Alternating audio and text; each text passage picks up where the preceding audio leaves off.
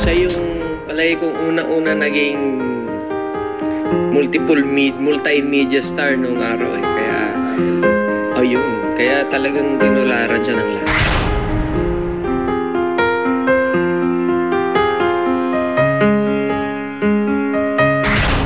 With a career that spanned almost 7 decades, mula sa entablado ng vaudeville hanggang sa radyo, telebisyon at pelikula, may tuturing na isang alamat si Mang Dolphy.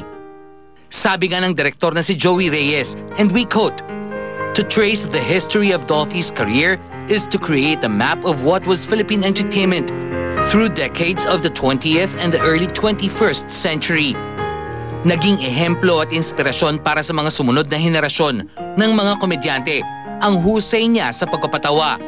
Yung pagnanasa ko na maging komedyante, parang sa kanya ko nakuha. Bata pa lang ako, syempre pinapanood ko na mga ganong pelikula. Pelikula ng Mang Dolphy, yung John and Marcia na lagi ko sinusubaybayan. Isa yun sa mga naging dahilan kung bakit ginusto ko. Lahat na ng estilo niya ng pagpapatawa, yung nagbibihis babae, pagkatapos yung halos pagpapatawa niya na swabing-swabe lang, hindi masyadong nananakit ng damdamin ng ibang tao. Ganon, yan yung tinularan ko sa kanya. Nabilis yung utak niya. O parang relax lang siya pagka bumibitaw ng comedy.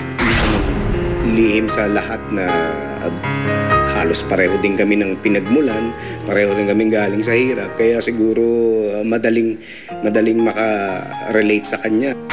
Ngunit higit pa sa pagiging magaling na komedyante, saludo rin sila kay Mang Dolphy sa pagiging totoong tao nito. Isipin mo, Dolphy siya, di ba?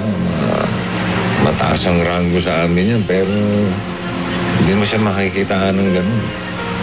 Parang pantay-pantay lang tayo rito. Napaka-humble, napaka down to earth.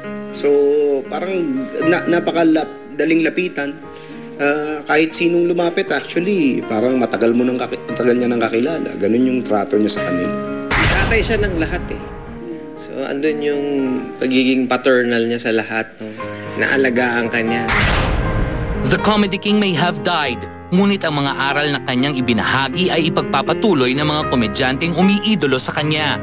Ako personally, hindi ko makakalimutan yung unang beses ko siyang napanood sa TV na isa sa mga dahilan nga kung bakit napunta ako dito sa ganitong trabaho. And siguro yung yapak na dinaanan niya, parang yun din yung gusto kong sundan. Yung strict sense of the term national artist, siya talagang dapat tawaging national artist dahil yung arts talagang nasa kanya at malaking impluensya, malaking kaligayahan, entertainment ang naibigay niya sa ating lahat eh. Yung 7 dekada na nakikita mo, TV, sine, stage, kung nabuhay ka nung panahon ng Hapon, naabutan mo yan. 40s, radio. Pati recording na.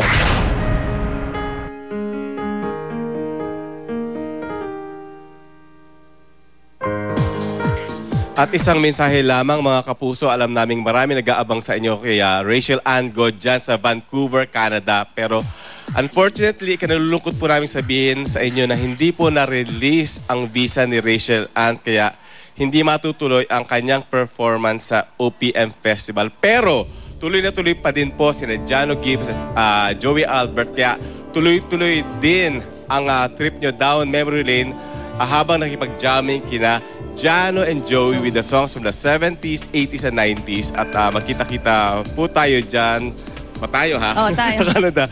Sa OPM Festival ng GMA Pinoy TV sa Plaza of Nations, July 14, Saturday, starting at 1 p.m. So tuloy yun, minus Rachel Ann lamang. Pero Jano and Joey Albert, tuloy. Tuloy. Ayan, StarTalk would like to thank IVI Premium Collagen, Tita Mega C, of Mega C Sodium Ascorbate. And thank you, Bello Flawless, Metatayon, ayan, Iron Contact Lens, Healthy Smell, thank you. At salamat siyempre sa Flawless Frack and Roll at siyempre Symmetria, Celeste Tubiera and Susan Aquino, Dr. Vicky Bello of Flawless. Again, kagabi ay nagkaroon ng konting gulo sa lamay ni Mang Dolphy involving Annabel Rama and a showbiz, well, actually si Shito Alcid, pangalanan natin, no? Narito po ang mga detalye ng kaguluhang naganap sa burol ni Mang Dolphy kagabi. Panoorin niyo po. Pedal dala siyang panusok, may dalang kung ano-ano, babatuhin ako, bumagsak ka ako sa loob, nakakahiya. In a shocking turn of events, sa burol ng comedy king na si Dolphy, kagabi sa Heritage Park, lantarang kinompronta ng talent manager na si Annabel Rama ang kaalitang showbiz reporter na si Chito Alcid. Magugunitang si Alcid kasama ang mga dating aktres na sina Amalia Fuentes at Nadia Montenegro ay sinampahan ni Rama ng kasong libelo noong June 28 sa Cebu City dahil sa anyay mapanirang posts ng mga ito sa microblogging site na Twitter. Kagabi, nagpang-abot ang talent manager at ang kolumnista sa lamay ng hari ng komedya. MCR dito, lalaki-babae. Parehas, lalaki-babae. So, pila. Pagpunta ko doon, nakita ko si Annabel, umiwas ako, wala akong making faces. Tapos siya, hinabol na ako, kumuha ng kutsilyo, kung ano-anong pinagsasabi. Mula sa comfort room ay hinabol ni Annabel si Alcid patungo sa dining area kung saan naroon ang mga veteranong artista, kabilang na sina Susan Roses, Amalia Fuentes, Armida Sigyon Reyna, Daisy Romualdez, ang movie producer na si Manay Ichu Maceda at marami pang iba. Pero talaga nasaktan ako. Bakit? Kasi bakit dito pa? Kay Dolphy na hindi na niya nirespeto. This is the ultimate na kabastusan na. Maliban sa hawak na bread knife, tinangkaring hampasin ni Annabel ng microphone stand ang manunulat. Napilitang umawat ang ilang nakikipaglamay, katulad din na Herman Moreno at Ilocos Sur Governor Chavit Singson. Matapos ang kaguluhan, mabilis na umalis si Annabel kasama ang asawang si Eddie Gutierrez, kaya't di nakuha ng media ang panik nito. Gayunman, mabilis itong naglabas ng galit sa internet. In successive tweets, sinabi ni Annabel and we quote, "Nasira ang gabi ko. Nawalan ako ng ganang kumain. Nakita yung baklang duwag sa dining. Sinundan niya ako sa CR at hinarap niya ako. Kaya ko siya hinampas. Ang yabang kasi dahil marami siyang kasama. Piliin mo ang kakalabanin mo."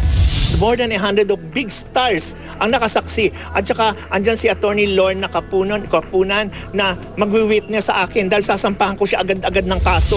Sa kanyang huling tweet as of press time, humingi ng paumanhin si Annabel Rama dahil sa nangyari. The feisty talent manager tweeted and we To quote, Jaja and the Kizan family, I am so sorry for what happened at the dining area of the Heritage. I was provoked.